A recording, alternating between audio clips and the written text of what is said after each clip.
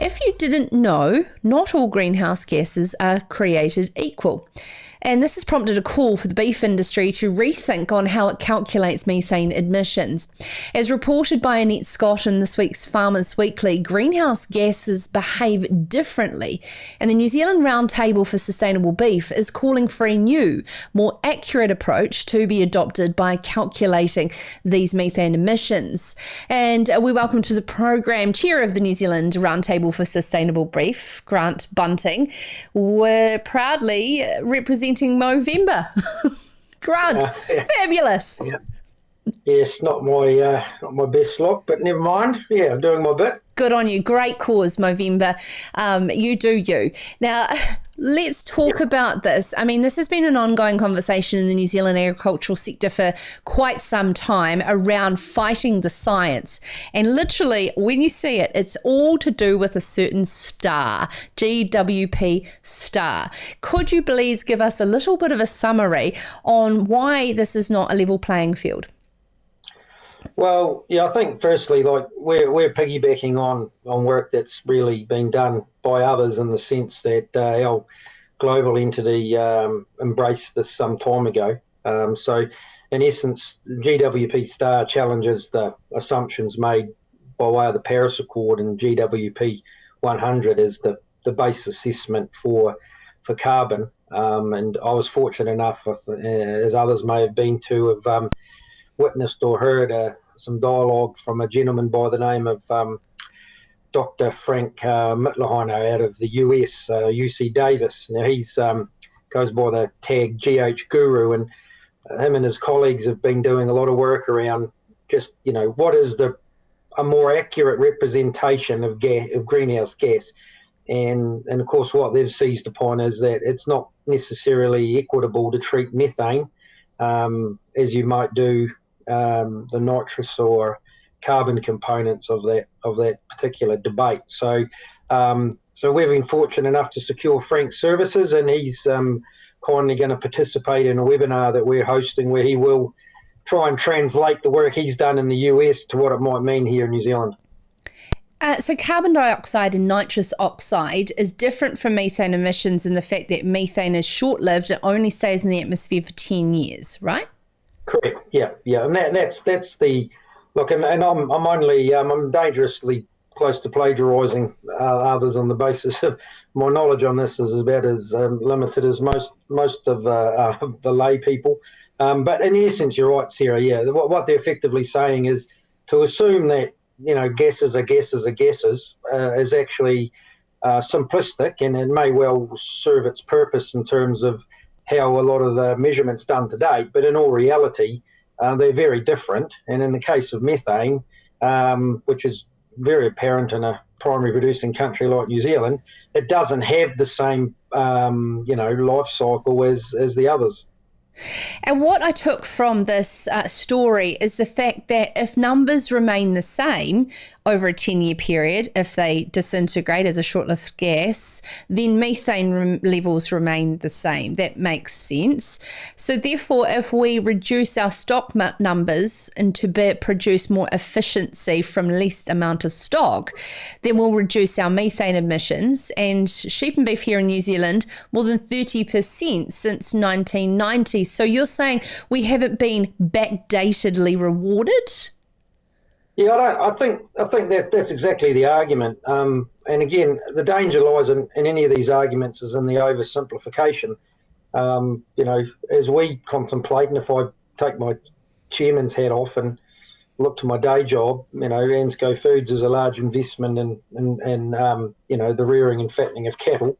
The simplistic argument to us, if we were to meet, some of these 2030 carbon targets as well, would reduce our stock holding by 10%. Well, the argument is we probably don't need to do that. If we were given, full license to determine that burden, relative to the actual methane component, as opposed to it being lumped into just simply a carbon argument. Right. And let's refer to the last interview with Nicola Dennis from AgriHQ saying it's all well and good having the environmental reforms, but they're coming at a cost and there's no premium at the other end. Wearing that ENSCO hat, where those cost efficiencies have been introduced over the last couple of decades by New Zealand sheep and beef farmers, when will the rewards be connected, do you believe? Yeah, that's a good question. It's one we get quite often, in the sense of, often we're having to translate market requirements, and in a lot of instances the argument is that they're indicative of consumer demands, and regrettably in some instances they may equate to simply maintaining market access on the basis of expectation and not necessarily result anything by way of a premium or a reward. And a lot of the activity that's going on in the environmental space at the moment seems to be largely pitched around maintaining the access we've got, and not necessarily reflected in the product attributes. And then I couldn't tell you, Sarah, as I say, we're often challenged on why we might reflect a particular requirement, but the fact is it doesn't necessarily always translate to a dollar per kilogram incentive. If I was a good negotiator as a distributor in market or a government official, saying it's just about maintaining market access is a great way to keep prices constant and at a lower price, isn't it? When is New Zealand actually going to take that massive leap forward and be on the front foot for when the consumers, we're delivering them something they didn't believe they needed or wanted? Yeah, look, and that's actually quite pertinent, because the round table itself, if we'll take it back to that angle for a minute, where it's broader than just ENSCO, and we're looking at, stakeholders. We actually have retailers and wholesalers in that audience. And ironically, in our October meeting, the discussion actually turned to that, where we've got, where by default the processor in New Zealand's often left to argue that. We had, farmers talking directly to retailers and wholesalers in that meeting, and, there wasn't, it was interesting for me to watch, but there wasn't a succinct answer, because, again, ultimately, who is the consumer? How do we define the consumer by way of their requirements? And actually, ultimately, at the end of the day, who understands or determines what they pay? And, that's the challenge at the moment. I think anything you read would suggest that there's a requirement to meet that, but I don't see it translated in the end price. I think you absolutely nailed it on the head. Who determines what they pay? And it's more about a supply chain issue than a value chain issue that I know you know very much about as well, Grant. So the New Zealand Sustainable Roundtable, New Zealand Roundtable for Sustainable Beef. What power and influence can you have to start to drive the conversation around New Zealand's unique situation when it comes to methane?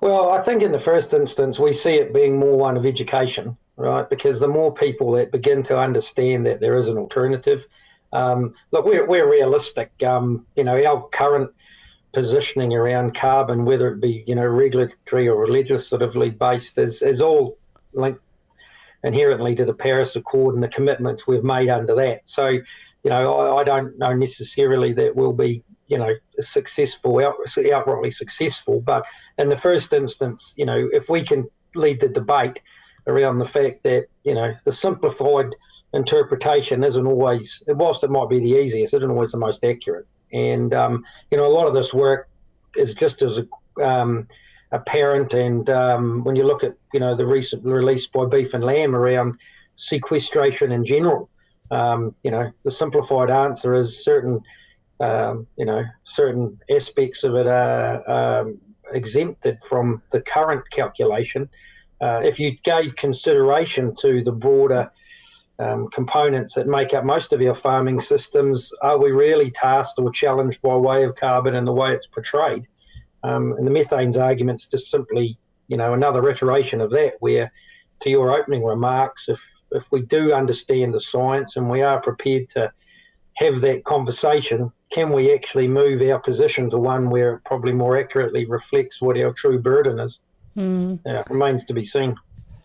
And just following on to close, James Shaw told delegates at a climate change and business conference in Auckland today that the first carbon budgets are likely to be shocking, and that there needs to be a lot of people sit up and pay attention, that this is not going anywhere. It needs to be visionary and inspiring to meet these particular challenges. Do you believe that our industry is ready for what's coming in the next 3 years of this government? Oh, look, are we really? One thing I love about this industry is we're resilient, right? And we're not often, I don't think, given the credit we deserve. So, whether we're ready or not, we'll deliver. I've no doubt that.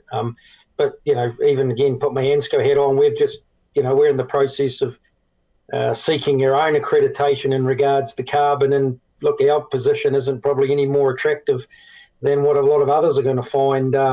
It's actually, what you do about it at that point. And, and that's where my confidence comes from. This industry survived multiple governments, and whilst they haven't all looked fondly upon us as a whole, the sun still comes up, and we keep battling on, don't we? What an absolute marvellous way to finish the show, Grant. Yeah. Thank you so much. Whether we're ready or not, we're ready to deliver some fantastic words. And, of course, a great theme around all of our guests here on Sarah's Country. This is Sarah's Country.